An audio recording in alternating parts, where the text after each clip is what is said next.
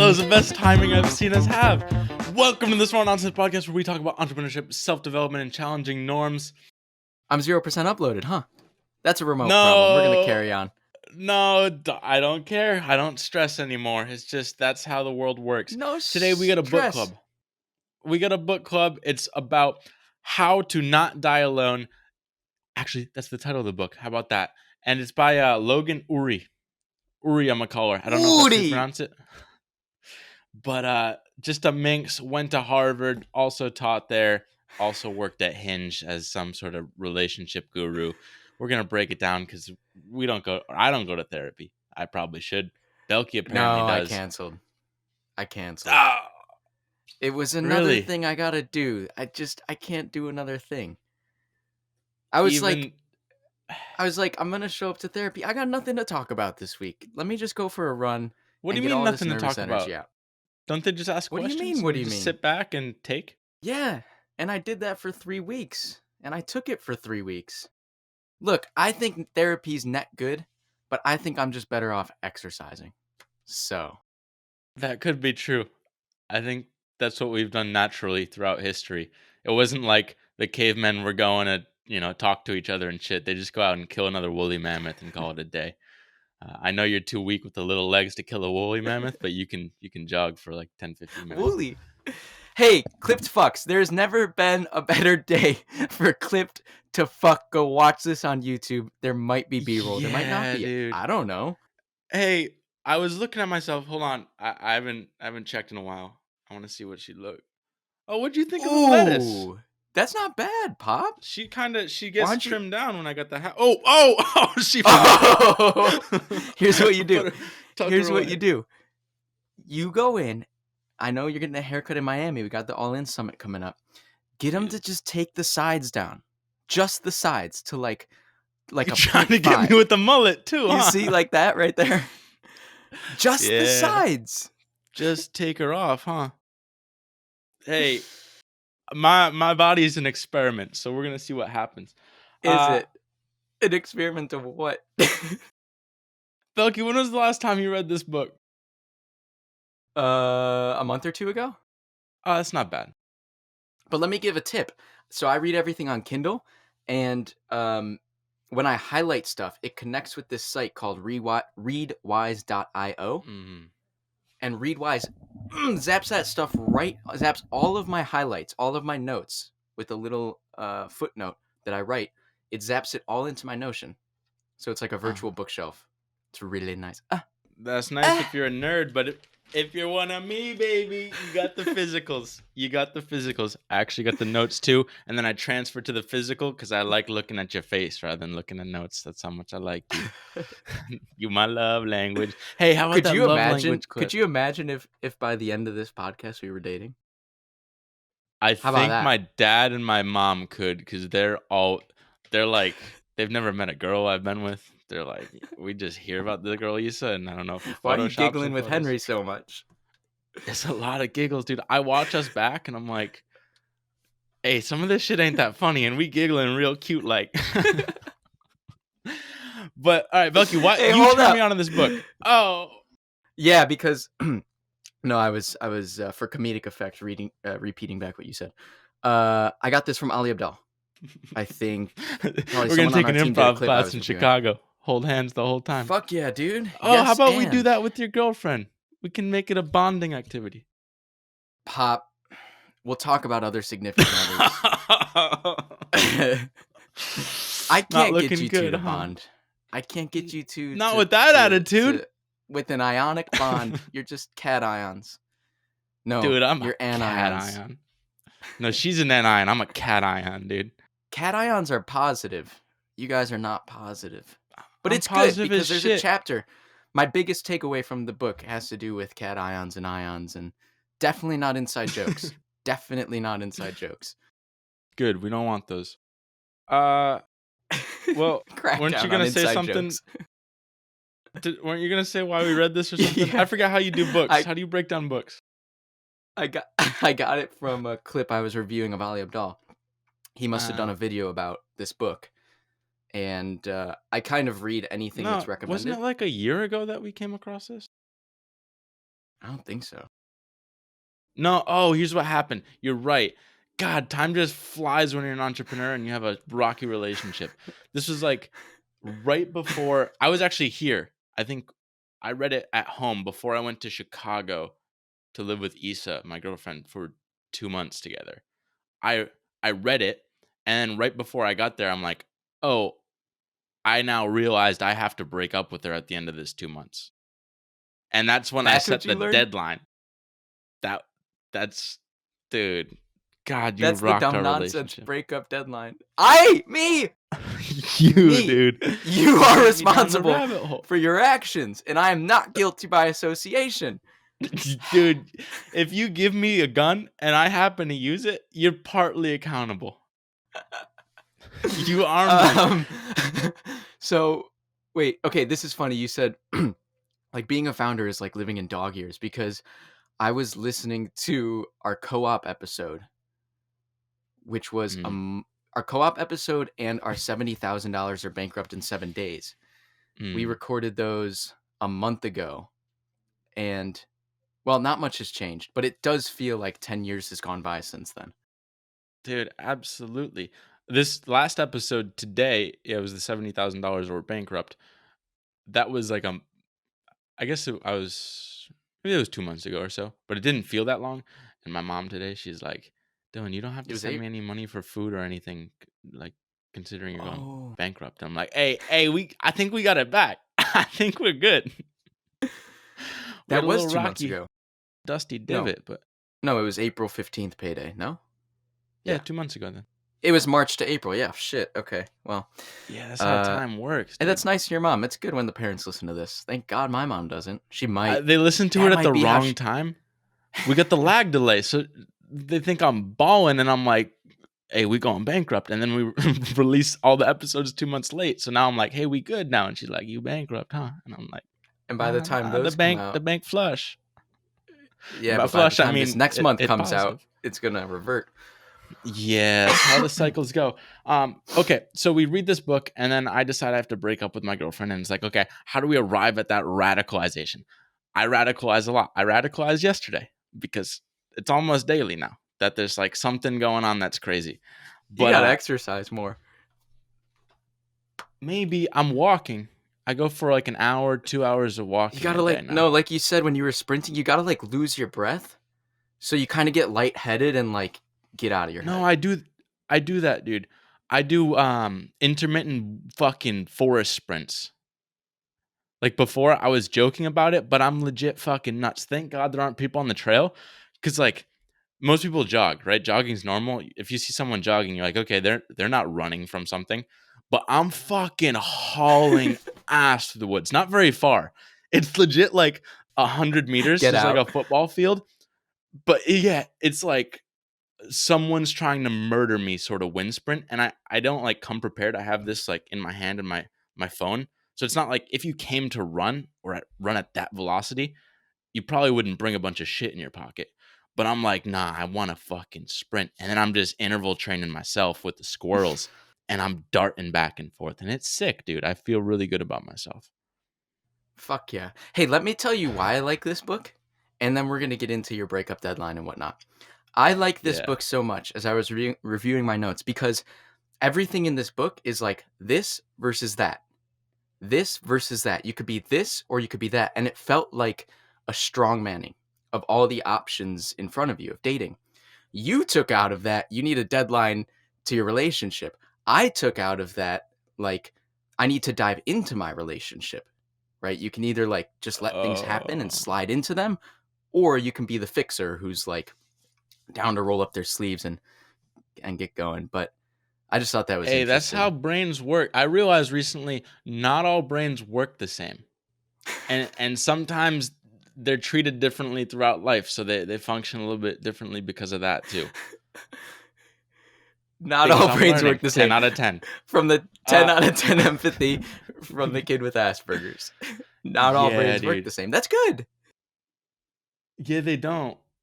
I mean, they're squishy and it's like a blob, and you're like, it probably all works the same, but it doesn't. And it's crazy to me. Oh, dude. I've missed out on the gigs yesterday because I was hanging out with my mom at the bar, but You were sending me some Dalia, and it was nice, dude. His drunken Which parrot. one? I The don't know why I gigs? brought it up. It was him and his You girlfriend, brought it up. or his wife got drunk. Yeah, it was hilarious. We're gonna And roll it here. You brought it up because this wouldn't be a Smart Nonsense podcast if we didn't wait 11 minutes to start talking about the book. oh fuck, we're right on time. Shit, I gotta get going. All right. So I have. Here's the thing, okay? I come from a different background. For those of you that have been around this for a while, quit squirming. For those of you Easy that have with the followed us for a giggles. while. Oh, what I wanted to say on another podcast. This one dude. Another podcast. Dude, we shoot more than one a week. It's crazy. I'm blocking. YouTube Studio. You can't visit other podcasts in the podcast. No, it's fucking meta. This guy kinda serious. Another Anon account. He's like commenting on everything. We got people saying life fucking rips, dude, in the comments. He's like We gotta cite notification Crystalia on squad. that one. Yeah. But no, it's just motivating seeing people binge this and hitting the binge bank. I'm like, hey, if you like it, you like it. So for those of you that have been around and like this shit for a while, or if you just got here because of some clips, hey, we're pretending like we're growing, even though it's probably still the same 20 people. But you know that in the past, Let's I see. worked for 2 years for what is less nicely known as a pickup 617 artist. subs, Pop. Why not cut me If you're off listening as to I'm this in the talking? future, 617. Oops. It's gonna be Oops. at 1,000 by the time this comes out. We're about to heat up because we're figuring out how to probably edit will. these clips. Just took us a Probably year will. of having a company that only does clips to figure out clips. Hey, that doesn't matter. But my point was this: I get deep in the world of pickup artistry, aka the dark arts. Why? Because this book is like she's a Hinge person, so it's very geared towards meeting women online or guys or girls online. And it's like, hey, I hate that world. I also hate getting drunk at night. So I'm like, let me learn how to talk to people during the day. So I got deep into that shit. Let me rationalize why I was a pickup artist. But my dad going into it, he's like, hey, son, I mean, I know you got Asperger's out the wazoo. And so you might have some difficulty as you're addressing the future of like, do I want to keep using my superpower to talk to anybody in the street, especially if it's New York and there's like millions of hot people? It's like, at what point do you say, I got to turn the superpower off? Because that's the way hey, we're super successful superpowers, dude. I'm You're not a fucking superhero, dude. No, I had like I had bouts of superhero. We'll call it that. Bouts is I'll a let funny you word, continue. dude. I'll let you continue. So point is, I was hitting the streets, caused a lot of Because relationship problems. Because I've seen your bat signal up in the air, and I've also seen when you show up on the scene, and we'll leave it at that. We will leave it. I don't even think I understood what you're talking about with the bat symbol. What am I sending up there?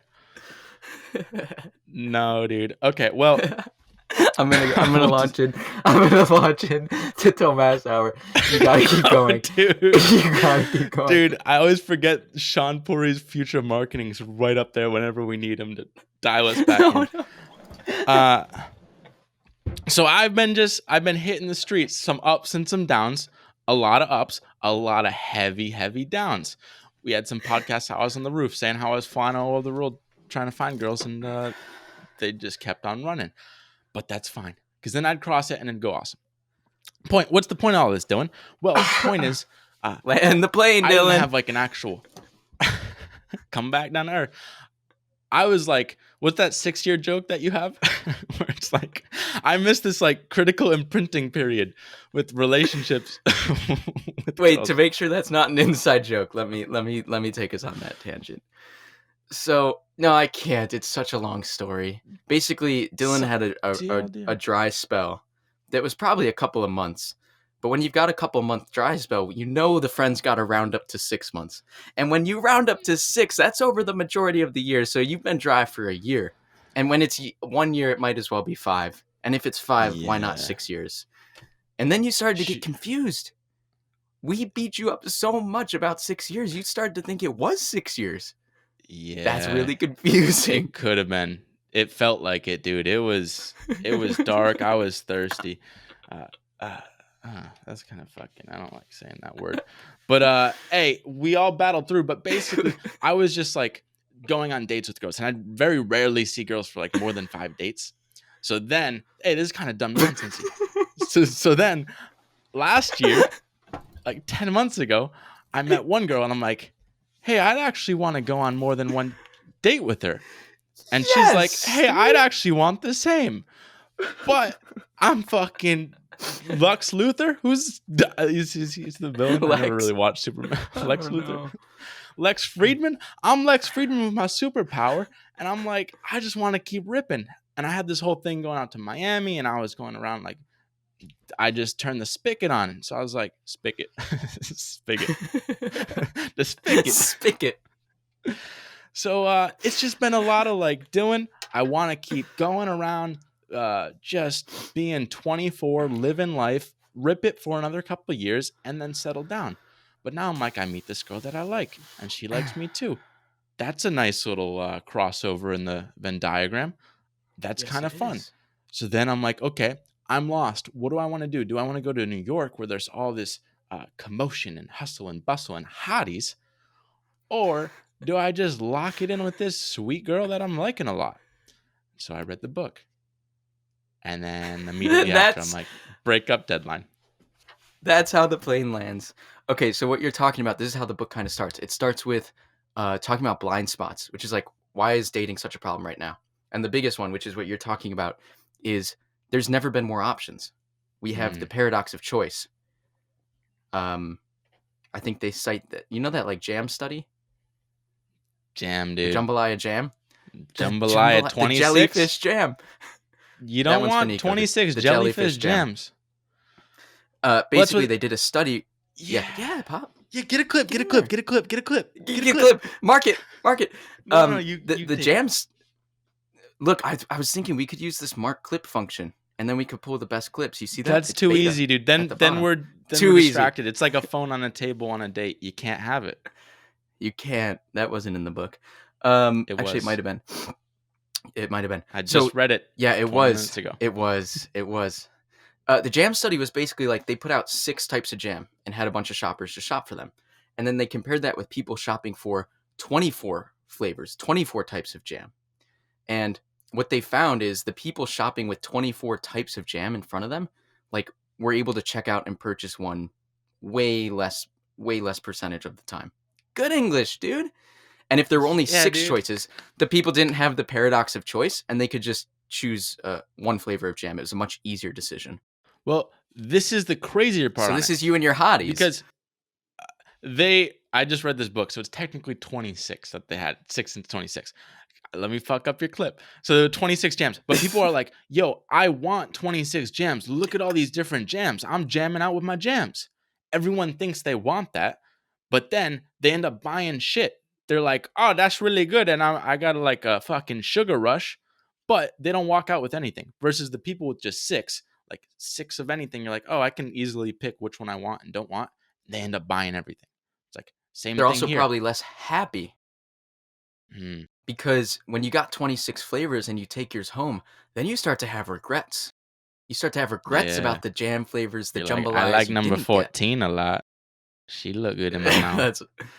That's the end of the clip, huh? She look good in my mouth. That's the loop. Don't get the giggles. Don't get the giggles. You gotta focus, dude. You gotta focus. You can't have remote giggles. It doesn't make sense. Here's the thing about the giggles, all right? And then we'll take, at some point, this will be a cohesive episode. No, but the thing about the giggles, let me get, I'm going to talk about other significant others. Okay. Giggle me, Elmo. I was living with my girlfriend and my best friend business partner at the same time. Now, that sounds like trouble. My girlfriend... It is, because my girlfriend had never heard me giggle like this. And you also hadn't heard me... You hadn't heard me being a different type of person. So it was this interesting Boring point where as both shit. of you were That's what like, I'll call it. how boring as shit. Dude, I So like this both of you 5-second independently, lag we got. both of you come. No, I heard it. I lagged manually. That was a manual lag. Both of Dude, you. don't go manual. Yeah, I see you got 99%, so I know it's a manual lag you're hitting me with. I don't like it. That's an inside joke. Don't do it. So it came to a point where both of you independently couldn't figure out how I was a different person around both of you. And the book, this is my biggest takeaway from the book midway through this episode, talked about having other significant others. Where, wow, we haven't even talked about satisficing, so that's useless. But if you just go with an option that's good enough and you satisfice, Wraps we'll it get up. there. 10 minutes We'll in. take it right back. The way you maximize, which is getting all the jars of jelly, is by having other significant others. You have other people, other relationships you go to complete like who you are. And so she's one significant other, you're another, my family is a different type. Yeah, I think people should think about that. You don't need it all in one person, but you kind of do. So let's take it back. Let's take it back, shall we? I'm trying to. Yeah, hit us with Secretary? the three. Well, one I wanted to say before we push on. Actually, no, I'll save it. What are the three tendencies? You got We're them down? on. Because I We're got them on. down. Just push. The three tendencies? All right, three tendencies. The three like archetypes? Different sort of dating tendencies. Yeah. And hey, you're gonna listen and be like, hey, Get I it, feel get the like clip. I'm one of them. Get the clip. And then if you really Get the clip. no. Quit it. Now I'm shooting for clips. I don't want to be sax like that. Hey, inside jokes. My dad just yelled at me. He's like, enough with the inside jokes. Tell me how you're going bankrupt. I like that. So Yeah. You know what? We're Yeah. gonna teach about love, slick. Because I think a lot of love problems everywhere. That's one of my issues. They don't teach it. It's by far the most important decision you'll ever make beyond like college, career, because that's all changeable. But who you're gonna wife up, that's it.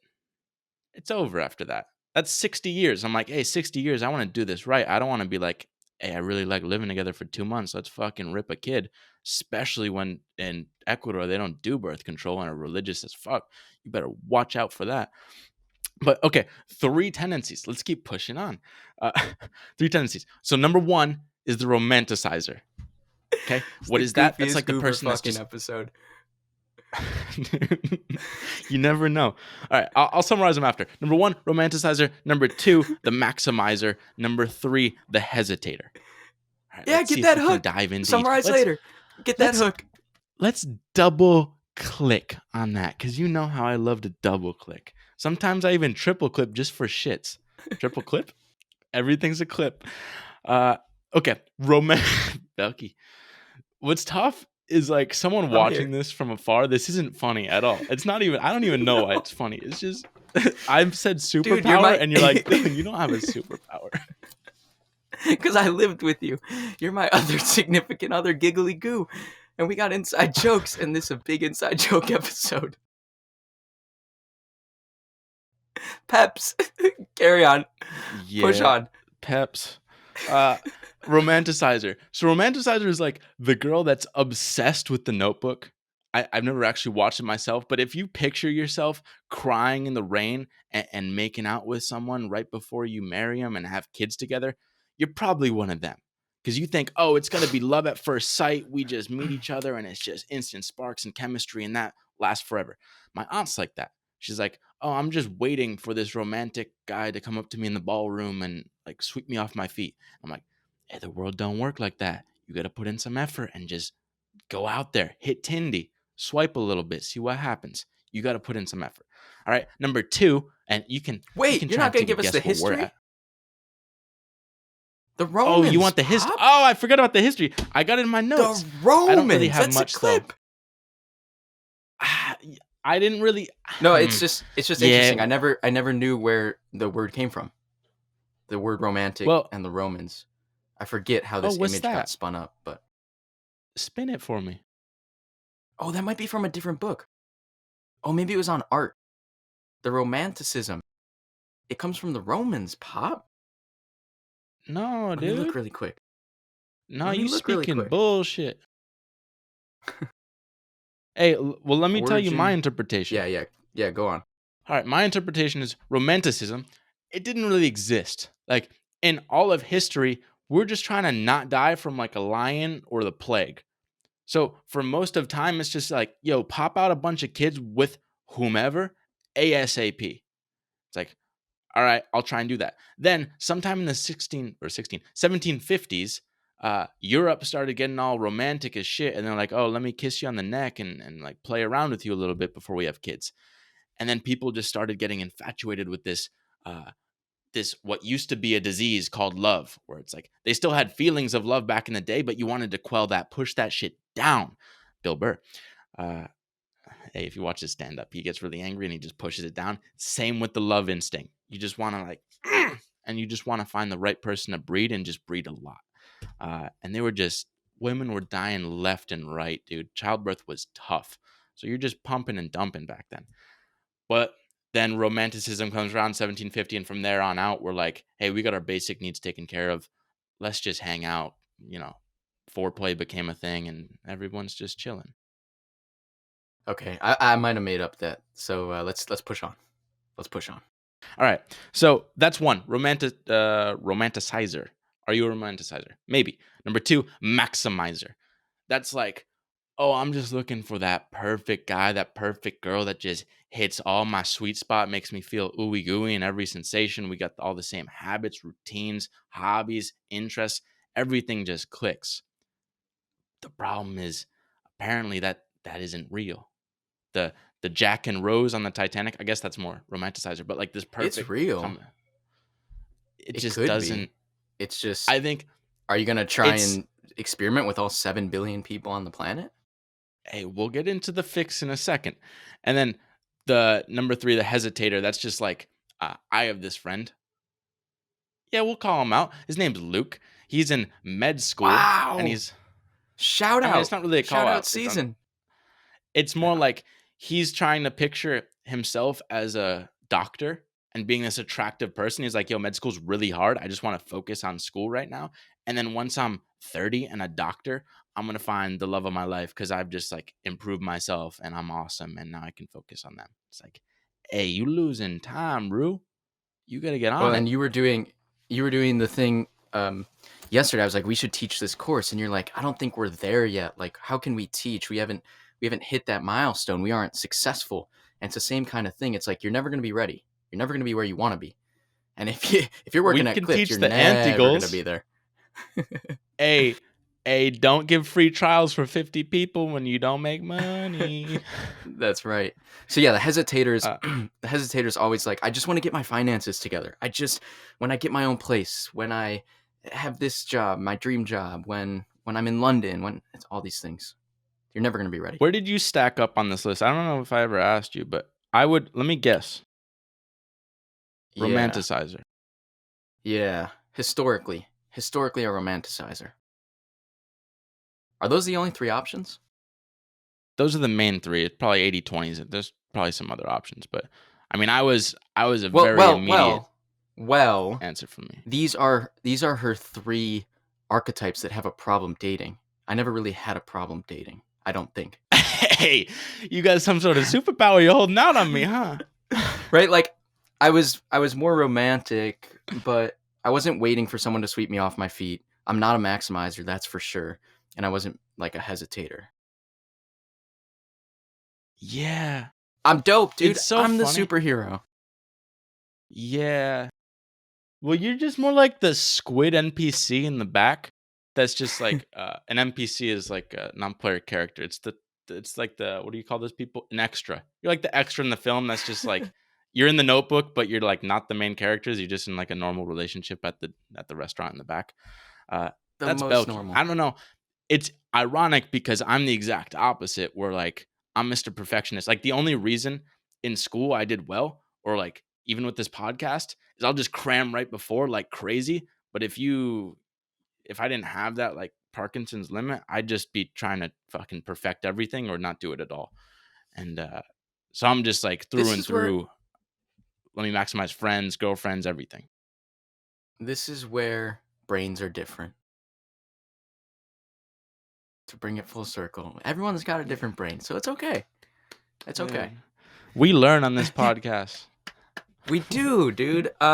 So you want to talk about the secretary problem then? Because Yeah. that's kind of Okay. me Well, versus you. Maximizer versus satisfice. yeah, this is the biggest hour disparity, and I think why a lot of why we had like a 2 hour conversation about our lives and approaches to girlfriends came about because I'm a hardcore maximizer, but I have to learn to be like okay with the satisficing, which is uh sat satisficing, Suffice. satisfactory, Satisfactory satisfy and suffice. suffice. It's like that shit's good enough. Just like yo, you cross the threshold, you're awesome. Let's keep ripping together. And I always have that issue because I'm like, yo, if this can be 1% better, let me make it 1% better. Why wouldn't I? Unless I have this time issue. So it's sort of like I think of it as the Netflix rule, where recently I would struggle all the time. Probably everyone in a relationship is like, yo, what do we want to watch together? And you just spend forever waiting.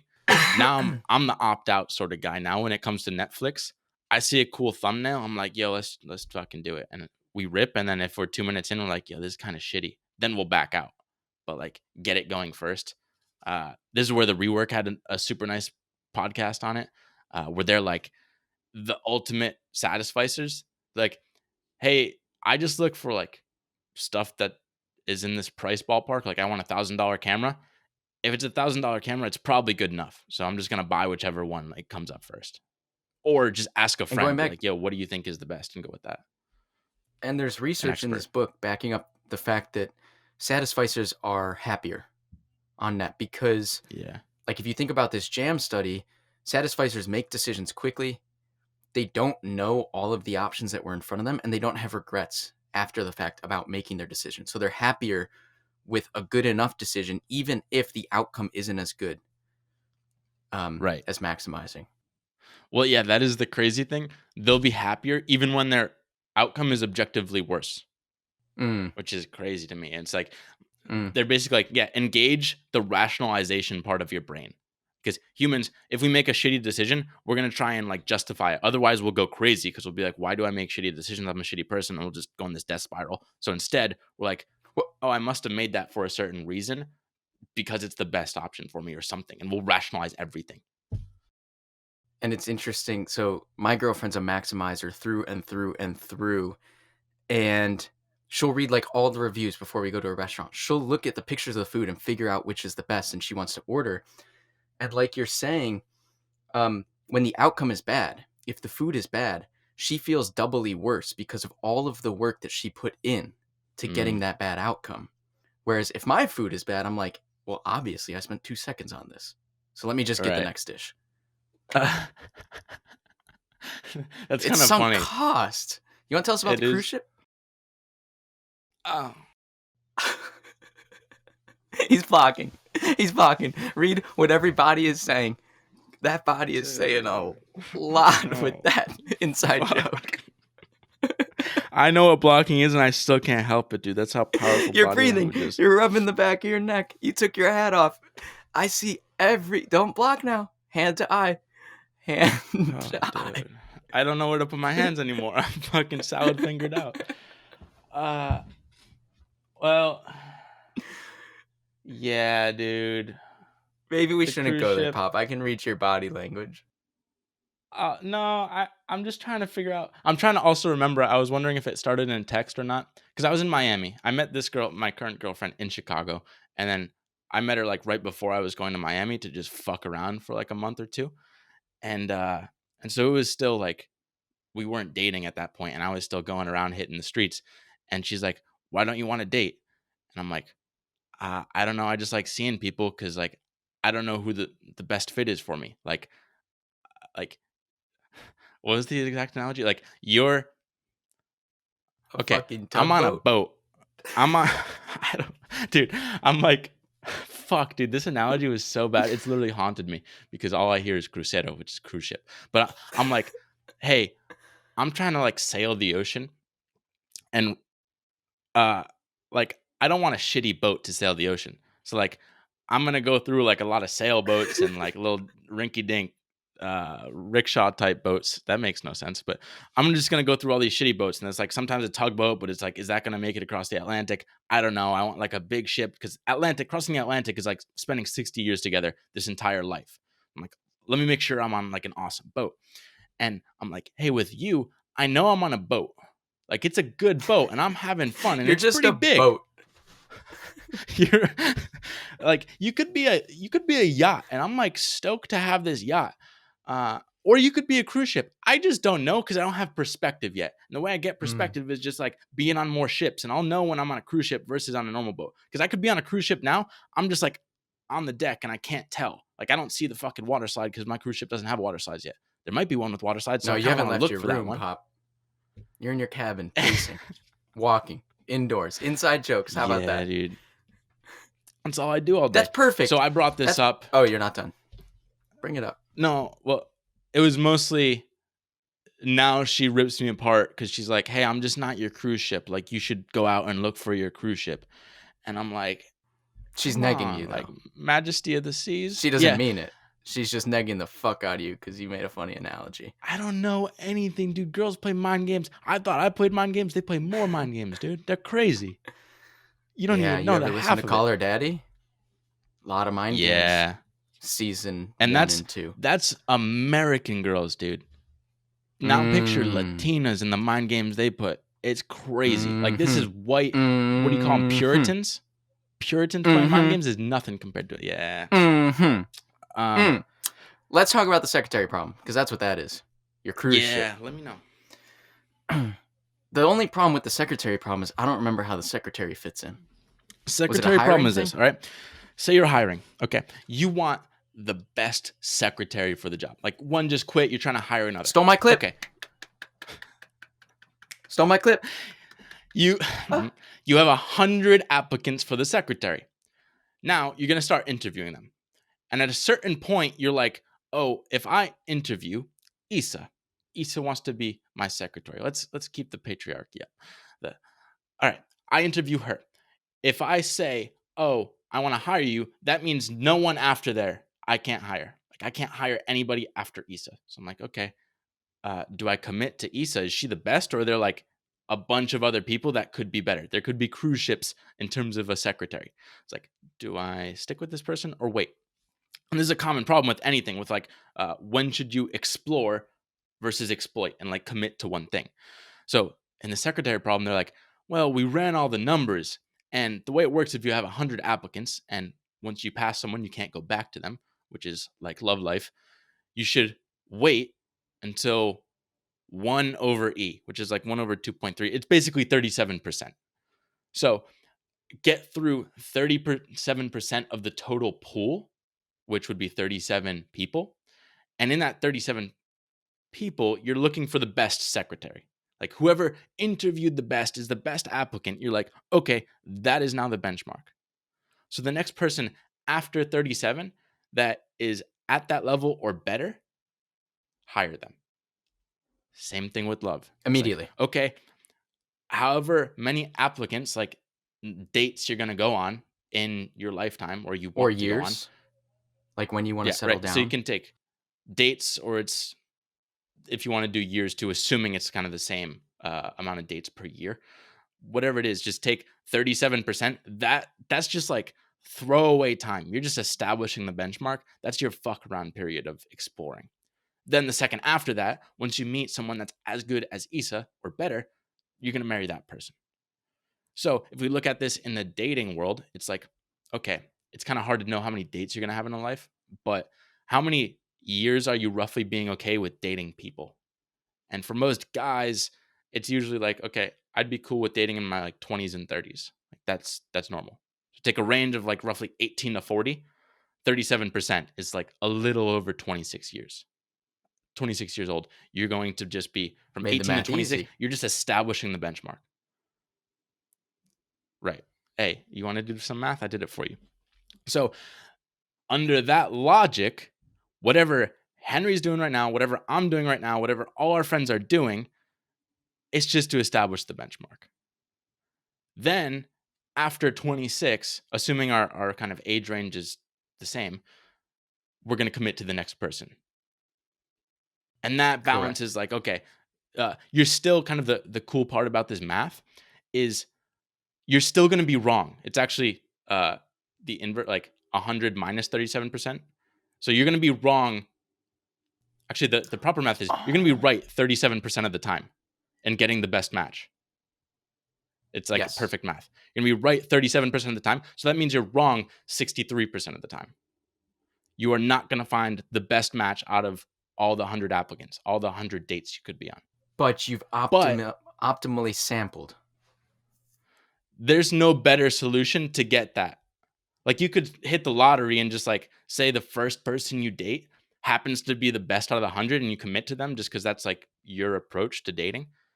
You could be awesome and get that. But that's very unlikely. That's 1 in 100. So this is like the best odds of you picking the best is going to be 37%. That's your best odds. But this is the strategy. This is interesting, Pop. Here's why this is interesting in my world. You're saying this timeline might be your 20s to 40s. Fine, but let's say mine was what it was, and it was like 15 to 20. So easy, I had found a benchmark. Horny. Well, if I wanted to be married at 28 or something, then 15 to 20 is probably like 37% of the time, 5 years. I don't know. I'm not doing the math. But what I am realizing is I hit a benchmark in those explore years. I was in a relationship for like 4 years. It was great. That didn't work out. Then I dated around a bit more.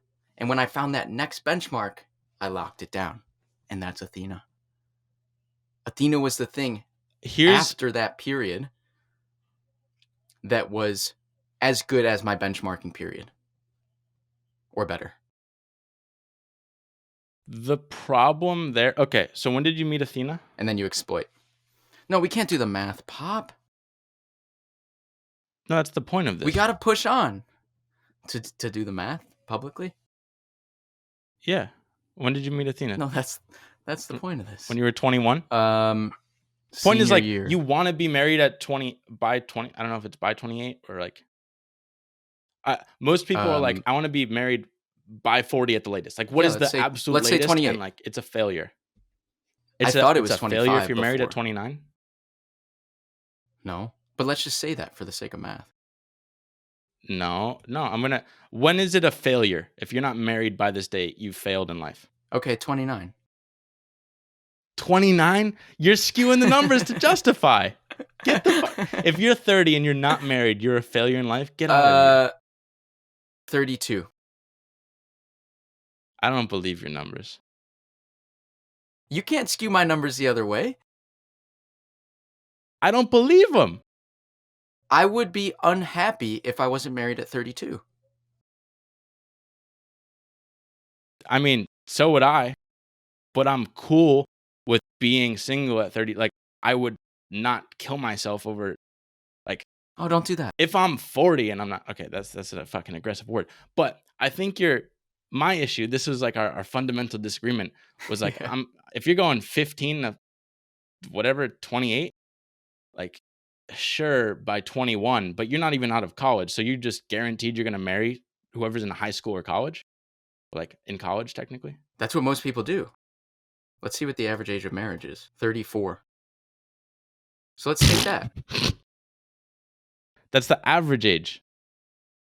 Now do what's like do the one or two standard deviations. That's the average. Easy standard deviate. Come on, push on. Assuming that's the middle. I don't know what like I think your numbers all fucked up. That's why I don't like your math. Brains are different, Pop. Hey, I mean, I don't want to make you question your rationalization. I just think you basically cashed out at 21 when you're not even supposed to think about anything till 26. If you're going with like a standard 18 to 40 acceptable range to still be single and not be like, fucking, what the hell's going on? Why aren't you married? I guess. I think you're interpreting the range wrong. The range is like, if you say you're single and 38, is it like you have some defect? Or is it like, oh, you just still haven't found the one? But at 39, if you get married at 39. Hey, it's maybe. preference. It's back to the secretary problem. It's like, how fast do you want to hire someone? Well, I want a COO in the next month. So we're going to look for 9 days. Hey, we're going to search the applicants for 9 days. And then we're going to exploit after that. So, but here's the thing. If you have one long-term relationship that's 4 years and you're like, that's the benchmark, and the benchmark's done at 20, at 19, Right. So I didn't explore properly. your brain's not even developed for all of that. Like, I'm not counting, like, I had 2 girlfriends when I was like 16 and 17. I don't count them in Well, see, this that's at part of all. your this gets back to your point where you can use the timeline if you're going on some consistent number of dates per year. But I was in a 4-year relationship, so I wasn't properly exploring during that time. I mean, how many people, you're not really exploring all that much in high school anyway. But my point is like 21, for 21 to be basically, okay, according to your math, Athena was after the cutoff period. So whenever you broke up with Emma, you were like literally 19 years old. So your cutoff period had to have been 19 if you're like the next person I'm going to marry. So based on that logic, how the Yeah. fuck do you get to 19 as 30%? Like even at 28 as the limit, it doesn't make Well, sense. I was just applying this model in hindsight, which I think is interesting. But yeah, I don't know. This is also our fundamental difference, which is like you will live by the numbers. You will die by the numbers. And you will hit your 37% on the mark, and then you will find your cruise ship. No, the And difference I'm though like, is it's not that binary. I feel like you're so far off the mark. Like if you were off by like a couple of years, but since it's like you're literally off by 5 years or more than 5 years, I'm like, hmm, Yeah, but then how do you explain the people that get married and have a kid at 17 and have a that wonderful was lifelong relationship? that's rare. My mom had a kid at 17, 18, did not work out at all. Right, so I think we're both applying the things we see to this. Well, I'm biased as shit cuz we've already said We're both your girlfriend biased. and I, but oh, here's a point that I wanted to I look at make my though. parents, I look at when they married, I look at my brother, I look at when he married, right? And the family around me. Yours is a different story. So you're trying to, not that you're trying to, but you're looking at how do we Well, apply the data here? And I'm looking at like, how do we hit the average like my family has? I think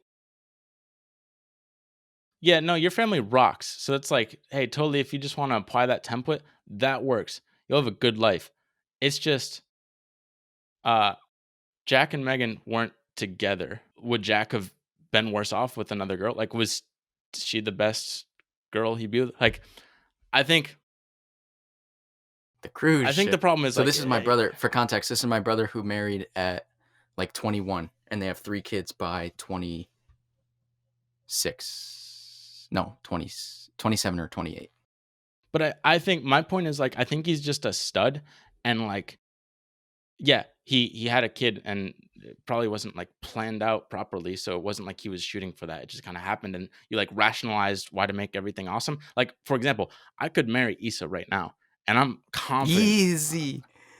No, no, She gonna listen I'm to saying I this? could hypothetically, I could, and I'm like I could make this. I could rationalize the shit out of it. That doesn't mean it's the right choice for me to do that. Like Yeah. this is kind of my internal problem right now. Is I'm happy. I like my relationship. I like where it's at. I have some red flags, and those red flags plus the 37% are so strong that I'm like, Dylan, you have to break up with this person, even though you really like them and there's nothing overtly wrong with them. But I'm like, it's this internal turmoil. And then I think one of my favorite points about this book is they're saying, okay, basically the first couple years of a relationship, call it 2, 3 years, you're still in like the lovebird phase. So all of your decisions are still being tainted by that. And plus, when you're really young, like everyone's hot and cool, and it's like, okay, this makes sense. But picture yourself at 50 years old. You're starting, or my mom, 60, 70. You're all wrinkly, you're gross. Like, none of that matters. So the way you Easy. kind of, it doesn't. It's like, if you're 70, sexual attraction is like Yeah, you said your the mom right bottom. before that. And you said wrinkly and gross. I mean, You hey, gotta separate relatively church and speaking, state. Compared to her at 20, she was ripping at 20. She's 60. What are you gonna say? Point, that doesn't matter. Point being, like, the way you kind of jump to the future when all of that sexual energy is like taking out, it's no longer a factor as much. You just go to your friends and your family.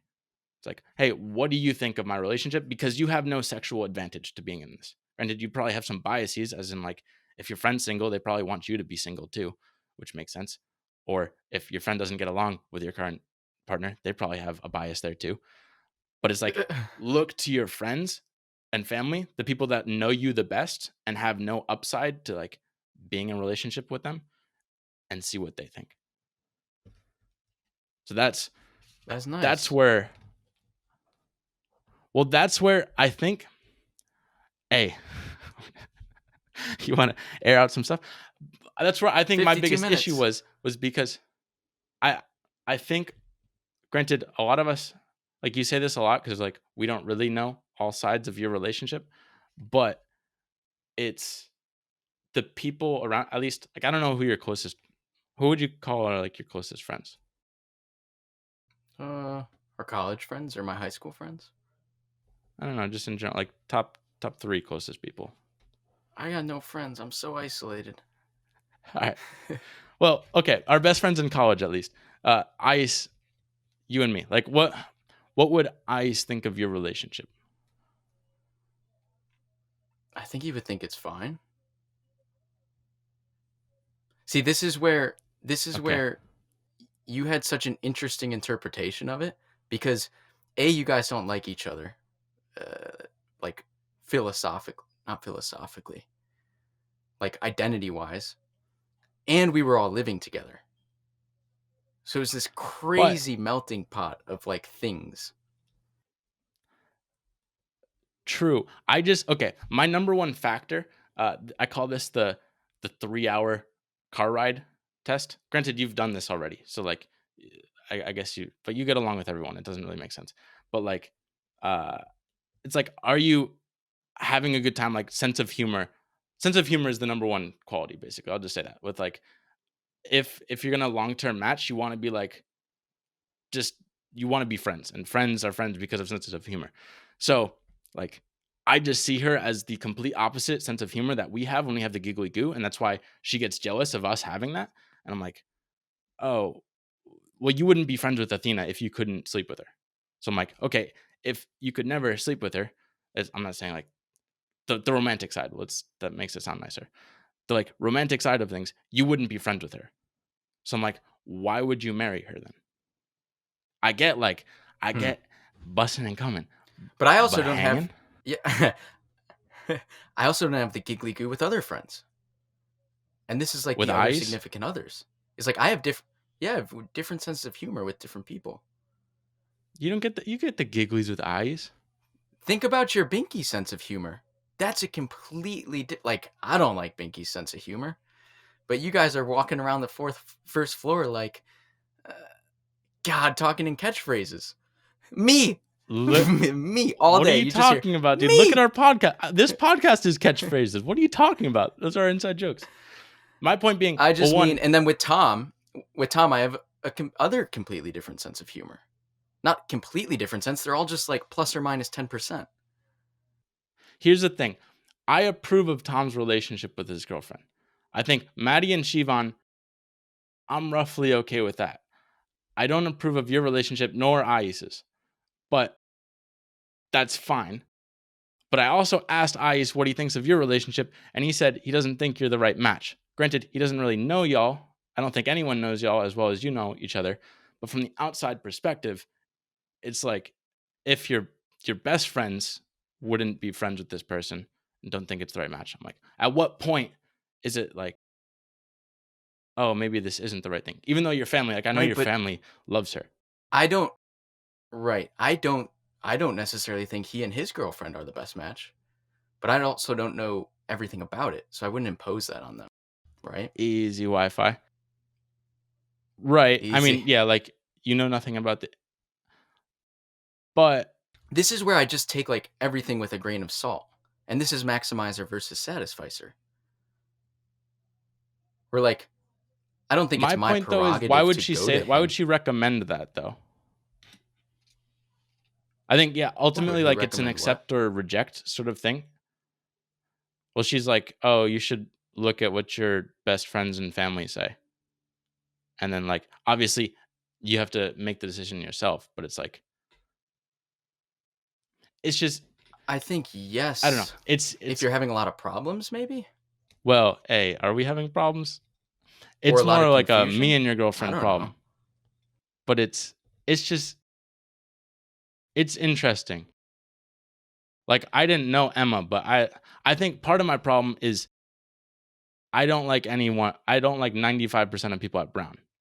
So it's like, oh, the fact that you 3 out of our 4 friends, our closest friends, are dating people from Brown, I'm probably not going to approve of most of those relationships because but the one the one friend that I'm okay with this relationship, it's because I probably wouldn't be friends with him outside of like certain circumstances.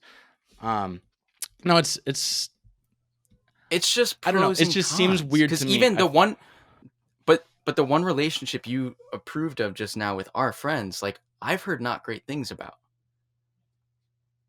the health of that relationship. I So that's where it's just like I pros and know. cons. I don't know. Right. I'm not I'm just like if he said I'm getting married, I'd be like, okay. Well, I also like I'm less invested in that. Like, I don't know. It's one of those like ice. I don't know. Ice, I wouldn't easy. I got you freeze framed. I don't care much. Hey, is this a book? What is this? What are we talking about? Is this therapy? Uh I don't know. Whatever. I'll just go off of all of it. Cancels Fuck it. Doesn't BetterHelp matter. comes to But therapy.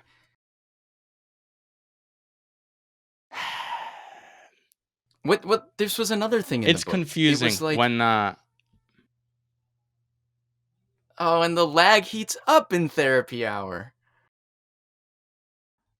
no, dude. We gotta shut it down. We gotta shut it down.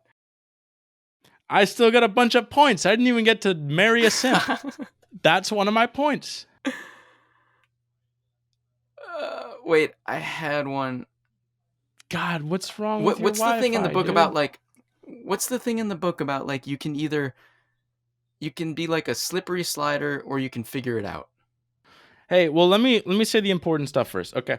Uh all right. When you're looking for that special someone, like okay, say you just you either skew the numbers uh to fit your relationship, which I don't recommend. I recommend you follow the rules, but that's only if you're a maximizer. Hey, whatever. Uh but how do you know the person is the right person? Okay. A couple qualities. Number 1, just kindness. Like you want to marry someone that's kind. Just like, okay, that's obvious, but like, how do they treat a waiter or like anyone servicing them? Like, are they cool? Are they thankful? Are they just awesome people to be around? Number 2, emotional stability. So like, are they gonna freak the fuck out and like always have you on your toes of whether they're gonna break up or not? That's an important one. Number 3, loyalty. Like, I don't know, are they cheating on you? Stuff like that. And then growth mindset. So if they encounter a problem, is it like, oh, we can get over this and improve ourselves, or is it like, oh, woo me, like my life sucks and I just can't figure it out? So those are the top 4. Also, listen to Lex Friedman. This guy David Buss. He's another like I don't know, smart Harvard Stanford type dude in this arena, and he's like emotional stability is huge on there too. So uh, those are the most important. Your internet, dude. I'm here, Pop. I'm here. I I gotta hear a sound of life. That's the only way I know. So kind of going back to this. I mean, I was thinking about this myself. I'm like, oh, actually, hey, Belky, I don't like it when I Yeah, can't go. see you. Go for it. Go. All right. Well, let me just ask you this test because I like this test a lot. All right, Belky, you already know it, so it's probably already ruined. But if you were to look in your closet and Athena is one article of clothing, what would she be? Oh, I did do this. T-shirt. More specific. More specific? Well, my J. Crew Just T-shirt. a normal ass t-shirt. Yeah, it's the one I wear Oh, every well, day. I'm a satisficer, Pop. I just want a she's T-shirt. just a t-shirt. She's a The fucking most t-shirt. generic fucking white J. Crew. I'm sorry. Huh. No, but it's interesting, right? Because she says, well, yeah, apparently I got issues, but she says like some people might say the like skinny black dress or the fucking smock. Dude, you might be a Dude. smock covered in No, paint. dude. Issa's What's the yours? comfiest sweater, dude. It's the Oh, cozy, snug oh, bug in a rug, dude. oh. Yeah, which I think that's the healthy one. The problem is my sweater. Uh, uh, we have a very emotionally unstable relationship, so that's where like the sweater comes from kindness and just lovingness, but then a I guess it's sometimes like wants to choke you. Pair of ripped Doesn't really want to choke jeans. me. Uh so that's where my like biggest issue is the emotional stability right now. I'm like, oh, I don't know if I Mm. can handle Latin girls because they're like literally every other day. Like today, she's a lot of things, but like very on edge of like, hey, are you gonna break up or not? And I've just gone into like my supposed superpower, and like we talk about replaceability. I'm like, oh, I could go find like someone awesome. So I'm like, I don't know, like pretend to break up, and I'm always emotionally chill, partly because I'm like, hey, if something happens, like I'm not fucked. Like I know I can Right. just, But I'm then you not come back to worried. me and you're like, oh, I remember why I like her so much. And that's where I'm Ah, like, she's awesome. that's where I'm like, I know, that's where I'm like, you got to be careful. You got to be careful, like, taking a book like this and running with every single aspect of it. It's just not everything applies to everyone. You got to take everything with a grain of salt, read everything, ignore everything, and then just apply what makes sense to you. Right.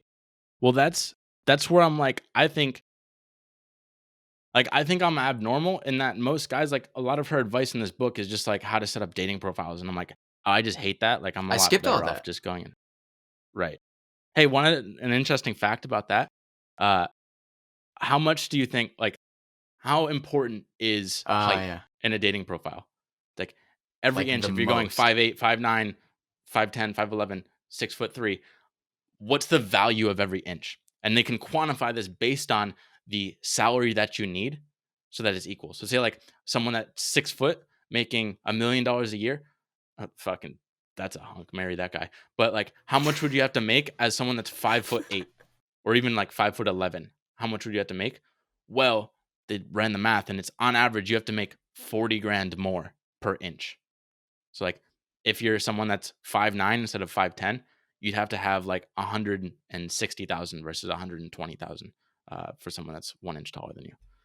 It's like, And she that's said, that's like, that's a nugget. the platforms skew white, right? Like, isn't a short African American female, like, totally, totally, totally They're disadvantaged on fucked, these dude. sites? Yeah, that's the thing because guys don't usually go with black Or girls, but male, black sorry, guys go short. for white girls, and it leaves a real hole in the market.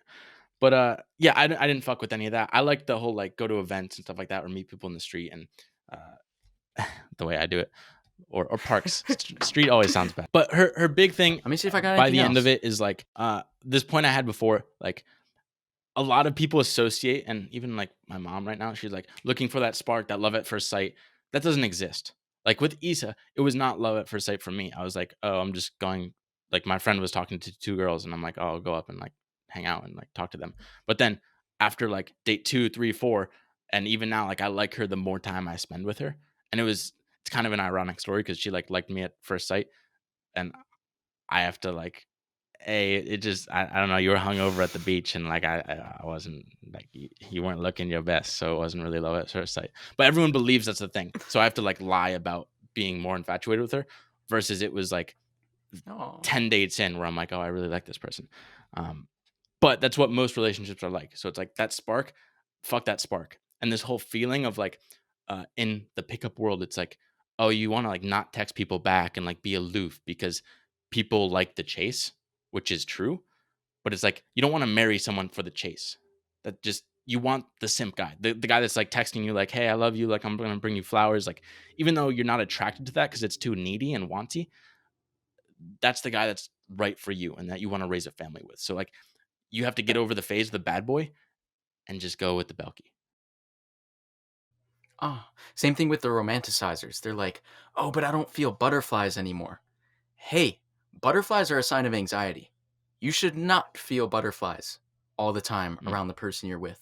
That probably means you're nervous. Now, anxiety and excitement are like one in the same, but still, like, think about that. The Disney romanticizers are like, oh, but the butterflies are gone. It's like, yeah, so are you going to figure it out with your life partner? Or are you going to keep looking for the butterflies, which are just anxiety? Hey, well, I got like one last Prom point, and then date we'll wrap it versus up. But life one thing partner. that's interesting. My What prom versus date life was partner? hot. Prom date versus life partner. You Yeah, gotta find a life partner. You can't everyone. keep That's the looking for thing the too. prom date. Like, I think. Well, I'm still in kind of the prom date. Like, I've never been too prom datey. I guess I am. I don't know, but like, girls. I guess guys. It makes sense, but like, guys are much more physical than girls. Like, guys really prefer like even talking to pickup people. They're like, oh, it's like fake boobs. Like porn stars is like their elite thing, and I'm like, that's never attractive. Like, I don't want that at all. But guys are much more physical, and that's why like all my girlfriend's friends are like thinking about Botox and surgery and like all this stuff to look prettier. And I'm like, hey, that doesn't fucking matter. Like that actually makes it worse for me because it's like, why are you playing that game? Don't play that game. Um, but it does make sense why that happens. So yeah, at a certain point, you just got to be okay if like the girl in your Instagram isn't as hot because a lot of the like seeing hot girls on Instagram, they suck in real life. It's like you don't want to be married to the hot Instagram girl in most cases. Some are lucky and they're dope, but hey, you got to be a maximizer to That's the find them. Crystalia. Um, hey, last point He's I like wanted to make. Dan Bilzerian. He's What? taking all these pictures with these hotties. Right. But what about when the phones go away? Then you gotta hang out with them. And get, I get bussing and coming, but hanging? No, I'll jump out the No, plane. dude, not hanging. Uh, Here's the last thing because this is relevant to us, where um we both moved in with our girlfriends relatively early compared to everyone else. And so if you look back in 1960, pretty much no one moved in with each other before marriage. It was super rare. Versus now, it's 15 times more likely that you'll move in, partly because shit just costs a lot. Like right now, I guess part of my concern is like in a perfect world, probably Issa and I wouldn't be living together in Chicago just because it creates a lot of interdependencies. And luckily we have like these decision points, as in the lease is up in 4 months and we got to figure out, but that also causes a lot of anxiety because it's like, oh, what's going to happen? And literally, I know we're going to get to Chicago and it's like, hey, what's going to happen in October when the lease is up? And I'm like, fucking hell. But it kind of helps. And we also don't have furniture. So it's like a lot more flexible. But it's like if you're really sharing a lot of objects in life and have a dog, and it's like, oh, there's just so many variables. And now we kind of like slide into these relationships just because it's more financially, it makes sense. And then it ends up like we just get into this relationship that we really shouldn't be in because of money. It's like, Yeah, that was the end of the book. versus Like, don't slide. Shivan, yesterday I asked him, I'm like, oh, he's still living apart from his girlfriend. It's like, why don't you just move in together? But it's like, that's actually the healthier relationship where it takes several years before you're like, oh, should we actually move into each other? Versus I've been seeing someone for like 6 months or less. And it's like, okay, we're going to move in. Whereas like that didn't seem like a big deal to me, but I'm like, to a lot of And people it is the because the now I paradigm see it's used to like a be really weird thing. you get married and move in with that person. And those relationships were a lot more successful Well, that's where I'm because you didn't wondering have these even now. interdependencies. I'm like, I'm constantly confused. And then I'm like, fuck, it's logistically so challenging now because I'm like, oh, it'd be sweet if Issa just like had a remote job and we're like, oh, we're both gonna get separate apartments in Chicago and just see how things go. And like, it's very easy if we're like, hey, I just realized it's not gonna work. Versus now, if it's not gonna work, well, we're still gonna live with each other for another month while they find a place, and then like you can't kick them out in the streets. And I'm like, what happened? You're gonna live together for a month? Like that's fucking weird after a breakup. You're supposed to just block them on everything. That's what they say. So now it's like that's not even a possibility. So I'm like, I That's don't. a sticky binky. I It's so forgot about sticky, dude. this living together financial thing. Right. And like you said, you two are kind of on different wavelengths, so the logistics aren't like tangled up, What do you mean? or they are tangled. Like I'm like Athena and I have a similar issue, but our trajectories are kind of going in the same way, and we've been together a long time. You're like this is relatively new. We're a few months in. Every time we go somewhere, it's 3 months, and then it's where's the next place? It's like it's logistically confusing as fuck. Dude, it's the most challenging. And jobs and security and like me having a breakup deadline because I'm going to go to New York because I read this book. And now I'm like, now I read it New again and York's I'm like, emotional expensive, stability, so that's I a gotta big move problem. in. I don't know, dude. I don't know. I'm luckily my That's apartment's not that expensive, so so. I could pay for it I myself. guess on the But then it's emotional like now I come to her stability, and I'm like, hey, you should get your own place. But then it's like, does that yeah. mean I'm preparing What for does a that breakup? mean? It's like I don't You've never know. done I'm that like, before. What does I that mean? yeah, it's weird to go to living together and then away from it. But she also kind of thought about that. So I don't know, dude. It's so weird. Huh. An hour and But 12 minutes in, none of the posited posits were answered. And I've got a t-shirt. uh yeah. I don't want to And you've got a I don't comfy want to get into sweater more cuz half the then I'll get time. myself in trouble. Hey, That's we'll see what happens. That's it, huh? Gardeloo.